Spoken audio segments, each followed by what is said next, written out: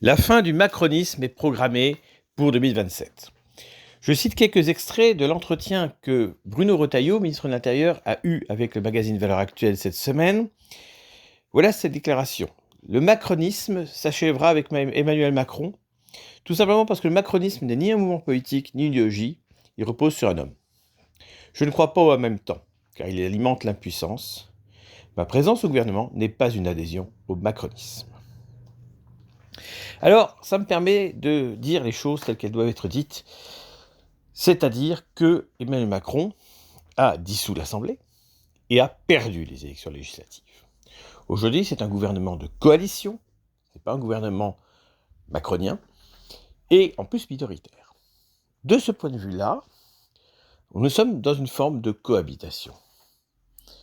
Et c'est une faute de la part de Barnier, et surtout de la part de Bayrou, de se mettre en position de soumission à l'égard du président de la République, alors que le Premier ministre aujourd'hui a la main, car le président de la République a perdu les élections. Or, il fonctionne comme s'il avait gagné, comme s'il était toujours légitime, alors qu'il est à parfois moins de 20% dans certains sondages d'opinion favorable. Si le Premier ministre était cohérent, il le dirait. S'il était courageux, il s'opposerait au président de la République, au lieu de le suivre. D'une certaine manière, la chute du gouvernement Bayrou est programmée elle aussi. Et je pense qu'elle aura lieu, même si LFI peut se satisfaire d'une stratégie de Macron récente que je vais évoquer brièvement. Donc ça, c'est un rappel institutionnel. Et si demain, Macron prenait la décision de dissoudre à nouveau l'Assemblée et perdait encore plus, la pression pour sa démission serait très importante. La fin du macronisme s'achèvera avec Emmanuel Macron, nous dit Bruno Retailleau. Mais est-ce que ça sera 2027 ? Macron lui-même a laissé entendre que 2032, voire 2037, l'intéressait. C'est un président encore jeune aujourd'hui. Il peut avoir une ambition de retourner aux affaires. Le risque existe, même si les chances qu'il soit élu, à mon avis, sont très limitées. En tout cas, le macronisme ne veut pas mourir, et Macron l'a fait savoir à de nombreuses reprises. Mais entre le souhait d'un président tant qu'il est président et ce qui se passera après 2027, il y a un abîme. Et il faudra bien faire le bilan du macronisme, et il n'est pas très élogieux, c'est le moins que l'on puisse dire, pas seulement en matière de dette, évidemment, ou en matière d'insécurité. Dans ce contexte, Emmanuel Macron vient de décider, de manière unilatérale, comme si c'était un monarque ou un autocrate, de reconnaître l'existence d'un État palestinien et de le faire, ni plus ni moins qu'à l'Assemblée générale de l'ONU, ce cœur du mondialisme. Il ne faut pas y voir là de conviction, il faut y voir simplement une stratégie qui n'est pas bien évidente à comprendre, sachant qu'il se met à dos la droite en général, et on verra d'ailleurs ce que Retailleau peut en penser, et son propre camp, qui est perturbé fortement par cette décision, qui sort un peu du chapeau, même s'il avait laissé entendre en juin qu'il aurait pu le faire. Les gens ne comprennent pas. Et l'opinion publique y est hostile, même parmi ceux qui peuvent éventuellement, sur le papier, être d'accord avec une solution à deux États. Il s'agit donc là encore pour Macron de se mettre au centre du jeu, de faire parler de lui, d'exister politiquement, car c'est de cela dont il s'agit et rien d'autre. La fin du macronisme, c'est-à-dire ces 2 dernières années là qu'il faut encore subir, vous voyez, j'utilise un terme adapté, c'est assez pénible, parce qu'il y a des problématiques budgétaires qui est très importante, parce qu'il n'y a pas vraiment de gouvernement français aujourd'hui digne de ce nom, puisqu'il c'est un gouvernement minoritaire qui est à la merci d'une motion de censure à tout moment. On est dans une fin d'institution, d'une certaine manière, et pas seulement dans une fin de présidence. Il y a une vraie interrogation à avoir sur le fonctionnement de la République française. Je pense que le temps du régime présidentiel est terminé, et qu'il va falloir constitutionnellement l'inscrire. De Gaulle a voulu des institutions pour lui, et ces mêmes institutions l'ont d'ailleurs dégagé. Donc, à un moment donné, on change cela. Ce régime présidentiel à la française n'est plus acceptable aujourd'hui dans une démocratie. Un homme seul, sous prétexte qu'il était élu, ne peut pas décider de l'avenir d'une nation pendant 5 ans. Il n'a pas à prendre des décisions diplomatiques qui engagent tout un pays et qui engagent notre avenir, alors qu'il n'a pas la légitimité, il n'a plus la légitimité pour cela. Donc, il y a une vraie réflexion, Je pense qu'il faut la fin du macronisme, peut-être aussi la fin du régime présidentiel. Malheureusement, la droite nationale est obsessionnelle sur ce sujet et ne comprend pas que la présidentielle est un leurre. Jean-Marie Le Pen, Marine Le Pen, Zemmour et les autres sont obsédés par cette élection. La mère des batailles, disait Le Pen père. Et c'est une mauvaise chose. La vraie réflexion, c'est la mise à bas de ce régime présidentiel excessif et l'instauration d'une démocratie beaucoup plus fonctionnelle, beaucoup plus parlementaire. Nos voisins ont des démocraties parlementaires et ce n'est pas le cas où, ni en Italie, ni en Allemagne, ni ailleurs.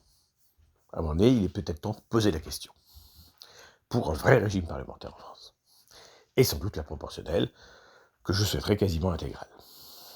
Bien sûr, la proportionnelle n'a pas que des avantages. On le voit dans certains pays, ça peut être un facteur de blocage, mais j'ai l'impression que les pays parlementaires fonctionnent mieux maintenant.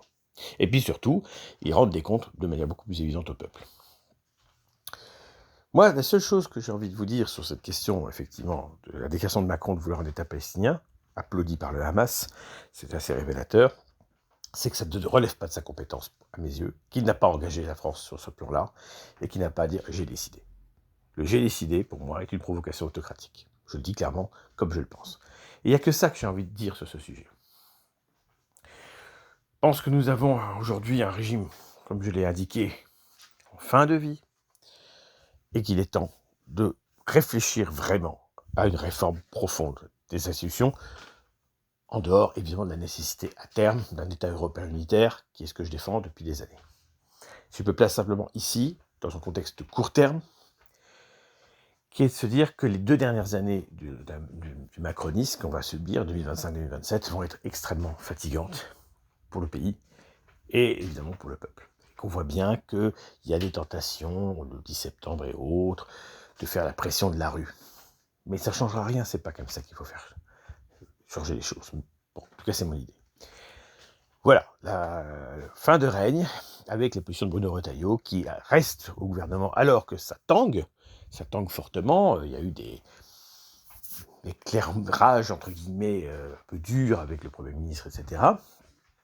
Retailleau prépare les présidentielles de 2027.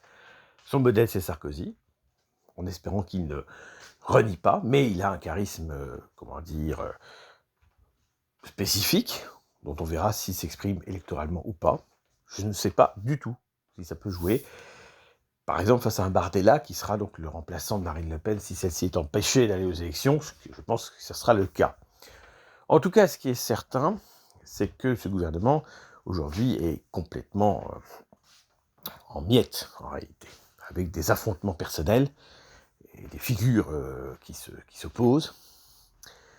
Sur la question, par exemple, de l'Algérie, et d'ailleurs, on peut se demander si cette évocation de la Palestine par Macron n'est pas une stratégie pour essayer de plaire à l'Algérie, puisque la méthode Macron vis-à-vis de l'Algérie, à la défense de Retailleau, c'est de tenter systématiquement de plaire à ce pays, depuis en tout cas qu'il a pris position contre, lorsqu'il a reconnu implicitement la ROCSI, sans forcément de concertation, la souveraineté du Maroc sur le Sahara occidental, que l'Algérie conteste. Voilà. Je ne sais pas si c'est cela. En tout cas, l'Algérie aujourd'hui, a une attitude à l'égard de la France qui est très problématique, et la solution là encore, d'être complaisant avec le régime n'est peut-être pas la clé. Retailleau est devenu la bête noire du gouvernement algérien, mais parce qu'il accepte de se défendre, en tout cas il parle de se défendre. Après la question c'est l'effectivité de la réponse. C'est une chose de dire on va faire, et c'est une chose de faire, tout simplement. Voilà. Ces affaires algériennes agacent beaucoup les Français, sachant que c'est la première source d'immigration en France. Et qu'on a des difficultés à renvoyer en Algérie maintenant des gens qui posent vraiment un problème sur notre territoire et qui viennent de ce pays. Donc, le champ du signe du macronisme, c'est cette déclaration de Macron. Il veut réapparaître au cœur du jeu, quitte à irriter tous nos alliés, y compris comme les États-Unis en tête de gondole. C'est pas quelque chose de satisfaisant. Peut-être essaie-t-il de se concilier une partie de la rue, on va dire, vous voyez laquelle, un peu comme Villepin et d'autres. C'est pas comme ça qu'on va sauver l'identité historique de la France et de l'Europe, en tout cas, les amis.